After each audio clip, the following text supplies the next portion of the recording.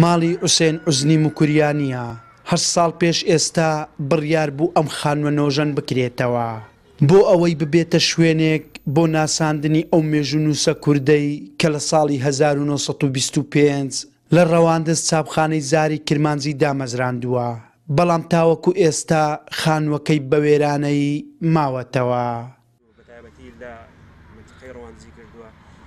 بەداخەوە دوای هەموو ساڵە ئەو هەموو خەباتە کۆشە و ماندیبوونی حوسێن عوزنی موکریانی لە بواری ڕۆژنامەگەری کوردی بە سێ کابینە و نەتوانراوە ئەو پرۆژەیە جێبەجێ بکرێت.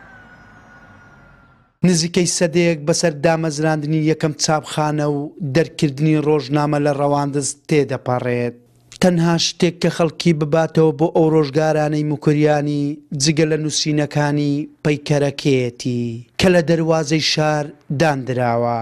هەر بەردی بناغەکەی کێمە ڕۆژانە بەوێدا تێپەڕین و ئەو بەردی بناغەیە دەبینین کە خودی بەردی بناغەکە خەریکە تێک دەچێت ئازارمان دەدات ڕاگەاندنکاران پۆل پرسیارمان لێ دەکەن کە ئەم پرۆژەیە بەکوێ گەیشت. 25 ساڵی 2013 بەردی بناغەی نۆژەنکردنەوەی ماڵی موکریانی دانراو بودجەی پێویستی بۆ تەرخان کرا بەڵام تاوەکو ئێستا جگە لە دانانی بەردی بناغەکەی هیچی بۆ نەکراوە.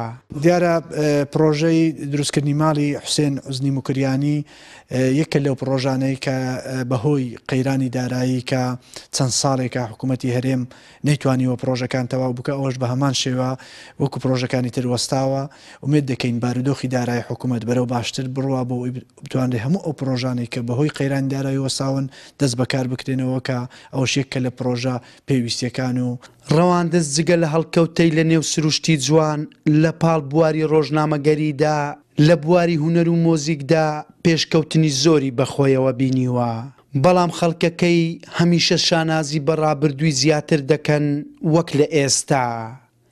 ڕەواندز جاناجان شاری پاشای کورد باژێری خوشمێرا دەلالێ سێڤاسۆر. موکریانی لە وڵاتی سووریا لە ڕێگای پشتی گوێدرێژەوە چاپخانەی گواستۆتەوە قەزای ڕەواندز و لێرە چاپخانەی دامەزراندووە بەڵام حکوومەتی هەرێمی کوردستان لە ماوەی 8 ساڵی ڕابردوو نەیتوانیوە خانووەکەی حوسێن عوزنی موکریانی نۆژەن بکاتەوە.